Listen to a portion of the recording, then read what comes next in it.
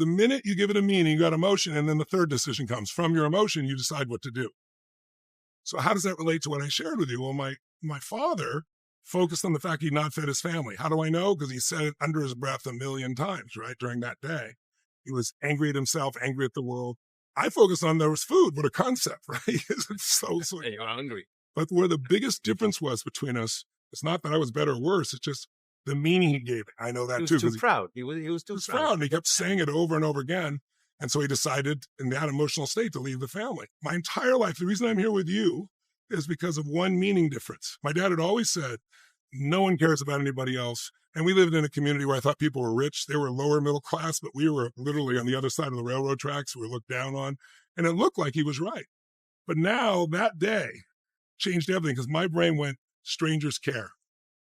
It's not true that people don't care. Somebody didn't even want credit and they fed my family. Yeah. And that made me want to take care of strangers. And it's starting me on this journey. So I promised myself, 11 years old, I'm going to do this for at least 2 other families. I didn't have the word pay it forward in those days, but I'm going to make sure I share this. I think it started because I love people. I hate to see people in pain. And I suffered a lot in my youth, as a lot of people do. I had 4 different fathers. We were very poor financially, but even worse was just the fighting between my parents.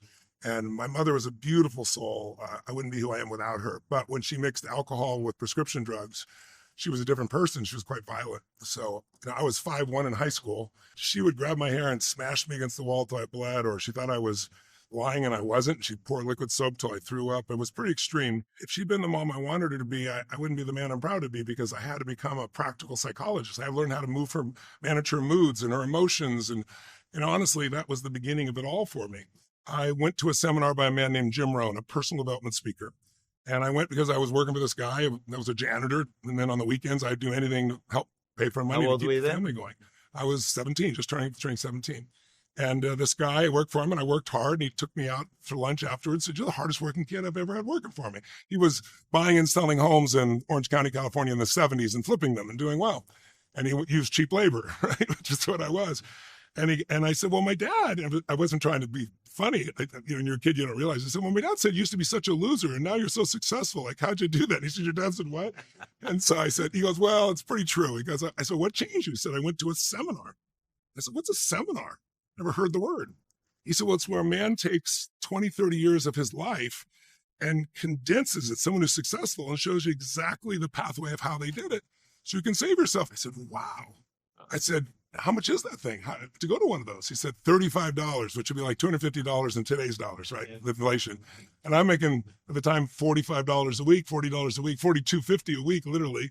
Big and so it was like a week's choice. So I said, hey, could you get me in? And he says, sure. But he didn't follow up. I said, well, will you? And he said, no. And I said, why not? Yeah. He goes, because if you don't pay for it, you won't value it. I said, I'll value it. Trust me, man. I'm on my own. I'm 17. There's a little bit of truth in that for sure. So I struggled for what I thought was the biggest decision of my life financially, a week's pay to go learn from some guy I've never met before. But I made the decision. And then I eventually went to work for Jim Rohn as a speaker. I was 17 years old and I went out and did talks and I was an evangelist because I saw how much it could change people's lives. But he gave me a gift. And one of the greatest gifts he gave me, it taught me a lot of philosophy, simple stuff like, for things to change, you got to change. For things to get better, you got to get better. Like total 100% responsibility. But also, I remember asking him about my fathers. I said, all 4 of my fathers were good men. All 4? All 4 of them. But we were always broke. We're always wondering where the next meal is going to come from. There's short times when we didn't, where they were fully employed, but it didn't last. And I said, why? And I said, why is this school teacher makes, those days was $35,000 a year, and this hedge fund guy makes $1 billion a year. That's so unfair. And he said something I'll never forget. It changed my whole life. And it stacked on what I'd learned earlier. He said, Tony, we're all equal as souls in this world. We're not equal in the marketplace. Wow. I said, what does that mean? That is so true. He said, well, the teacher's equal. These people are equal. He said, let's look at McDonald's. He said, think about this. Can you make twice as much money in the same amount of time? Are there people that do that? I said, well, sure, more than my family does. 10 times? 100 times? I said, yeah. He goes, how do they do that? I said, I don't know. He said, I can tell you right now. They find a way to add more value to other people's lives than anybody else. They do more for others than anybody in their industry, and they dominate their industry. He said, take McDonald's. Somebody goes to work at McDonald's, I forget what it was then, X dollars an hour, minimum wage. He goes, people complain about it, but it's not supposed to be your long-term job because anyone can learn to do that job in about an hour. These days, not even that. They got pictures. You don't even have to speak English, right, to do it. And they're going to be replaced by machines now. But he said, look, that's a beginning job. He said, the teacher, you're talking about, if you're not willing to take risks, you don't get rewarded at the same level. They want to be rewarded for the time they're there, not for the results. I said, but I had some great teachers. He said, so do I, but how many of them? I said, I had 2 or 3 that were really great. He goes, out of all your education, and they worked with a small number of people. He said, that guy who made $1 billion you're talking about, he had a 40% return last year. He said, he's creating futures for all these nonprofits. He's creating money that's helping to compound so kids can go to college. He made $30 billion for people, so he got $1 billion. But what was interesting is I learned that from him, and I put it to work. I went to work for Jim Rohn, then I started my own company. Then I started studying patterns. Like I started to realize everything's a pattern. History has patterns, financial investments are patterns, how to grow a business is a pattern.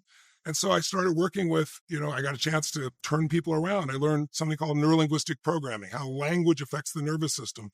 And instead of language, the way you say something, or yes, how it can change someone's nervous system. So how you stand, how you say loud, lower, deeper. If somebody's depressed, their shoulders are more down. Where's their head? Down. They're going to talk loud or quiet, faster, slow.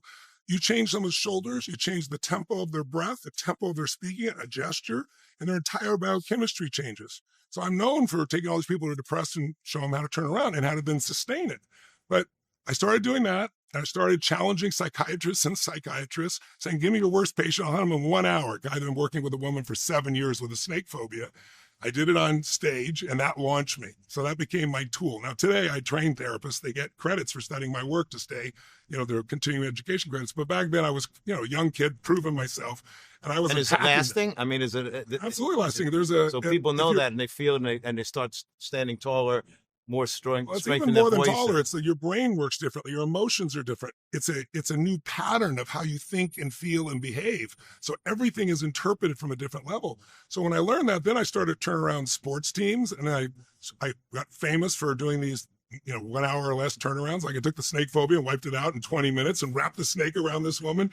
But gradually then I started to work with, some athletes in the Olympics and turn them around. And then Nelson Mandela and the Mother Teresa, then Bill Clinton. And then gradually I learned how to build businesses. And I have 114 companies. We do $9 billion in business across all these industries. And I don't have no traditional education. It's all from learning from the best and applying it. And then I teach other people how to do it. So you see all the things stacked. Like it was great, that experience and the meaning of people care. I care about people, huge. But then Jim Rohn teaching me what it takes to really grow and to make a difference in the world by adding value. The combination of those and then the skills I learned, all those things dropped in place. But I often say, I'm a good person. You're a good person. I've always been a good person, but would I be working